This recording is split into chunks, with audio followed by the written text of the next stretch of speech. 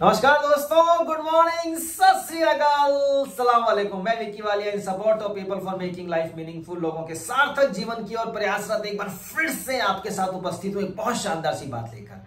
आज मैं जो बात करने वाला हूं आपसे दोस्तों, ये हम सभी के जीवन से जुड़ी है और इस पे थोड़ा सा ध्यान हम सभी दें तो हमारा जीवन थोड़ा और आनंदित हो सकता है, थोड़ी और खुशियों से भरा हो सकता है, थोड़ा और आनंदमय हर्षोल्लास भरा जीवन हो सकता है। तो शुरुआत करता हूं इंग्लिश के कथन से, और ये कथन क्या है कि everyone thinks of changing the world but no one thinks of changing himself. हर कोई दुनिया को बदलना चाहता है पर कोई अपने आप को बदलना नहीं चाहता। बात तो सही है दोस्तों, हम दूसरों को बदलना चाहते हैं। हम चाहते हैं कि सब हमारे कहे अनुसार चलें, सब हमारे कहे में रहें, हमारा कहना माने, और हम दूसरों को इस बदलने की प्रक्रिया के अंदर अपना समय गंवाते रहते हैं। वो कीमती समय जो कभी लौट कर नहीं आता है। बस होता क्या है, इस चक्कर में हम अपनों से ही झगड़ते रहते हैं, अपनों को ही दुख देते रहते हैं और खुद भी कंफ्यूज रहते हैं।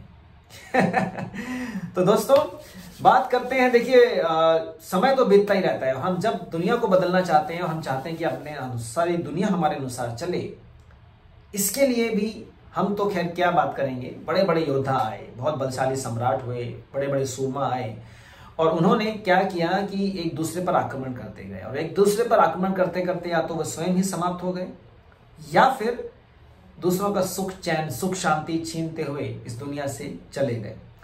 बात करें सम्राट अशोक की, बहुत बड़ी दुनिया पे साम्राज्य उन्होंने किया, लगभग आधी से ज्यादा दुनिया में उनका साम्राज्य फैल गया था। परंतु अंत में क्या हुआ, सब कुछ त्याग कर भगवान बुद्ध की शरण में चले गए। वो सम्राट अशोक जिन्होंने हमें राष्ट्र चिन्ह दिया। आप जगह जगह उनके अशोक स्तंभ देख सकते हैं, हमारा राष्ट्र चिन्ह में अशोक स्तंभ ही है। आज उनके बारे में हमें कोई पुख्ता जानकारी उपलब्ध नहीं है। नहीं पता कि अंत में उनके साथ और क्या हुआ, उनकी मृत्यु कैसे हुई, वृद्धावस्था में हुई, किसी बीमारी के कारण हुई, लड़ते हुए हुई, कुछ नहीं पता है। सम्राट अशोक। एक और बहुत महान सम्राट हुए, सम्राट सिकंदर, जिनको महान सिकंदर भी कहा जाता है। आधी से ज्यादा दुनिया पर उन्होंने साम्राज्य स्थापित किया, बहुत बड़ा साम्राज्य था। और जब वो अपने वतन को वापस लौट रहे थे, भारत से अपने वतन को वापस लौट रहे थे, बड़ी छोटी सी आयु में उनकी मृत्यु हुई। और जब उनकी मृत्यु हुई तो अपने वतन से, अपने घर से महज 24 घंटे वो दूर थे। और मरते समय अपने वैद्यों से उन्होंने कहा कि सिर्फ 24 घंटों के लिए बचा लो, बाकी जो होगा देखा जाएगा, परंतु नहीं बच पाए। मरने से पहले जब वो अपने वतन से पूरी दुनिया पर साम्राज्य स्थापित करने के लिए निकले तो अपनी माँ को वचन देकर आए थे कि कुछ भी हो जाए लौट कर आऊंगा और माँ तेरे चरणों में पूरी दुनिया को चढ़ा दूंगा। परंतु हुआ क्या, आखिरी समय में, अपने अंत समय में अपनी माँ से भी नहीं मिल पाए, अपनी रानियों से नहीं मिल पाए। दोस्तों कहने का मतलब यह है कि बहुत सारे लोग, जैसे कि मैंने बताया, कि दुनिया में साम्राज्य करने के लिए निकले परंतु अंत में हासिल कुछ नहीं होता, प्राप्त कुछ नहीं होता है।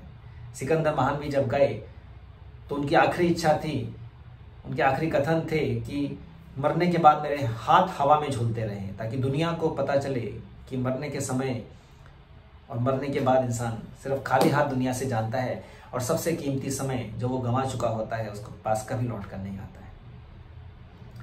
तो बात सिर्फ इतनी सी है। यही कहूंगा दोस्तों कि दूसरों को बदलने में समय व्यर्थ ना करें। दुनिया जीतना बहुत दूर की बात है, बस अपनों को जीत लीजिए, अपने ऊपर अपने मन को जीत लीजिए। अपने मन को जीत लेंगे तो समझिए दुनिया जीत ली है। अपने ऊपर थोड़ा सा समय दें, दूसरों को बदलने के लिए उनसे झगड़े ना करें, हम स्वीकार करें अपनों को उन्हीं के अनुसार, क्योंकि हैं तो वो अपने ही। आज के लिए बस इतना ही। Wish you all the best, thank you very much, जय हिंद, धन्यवाद।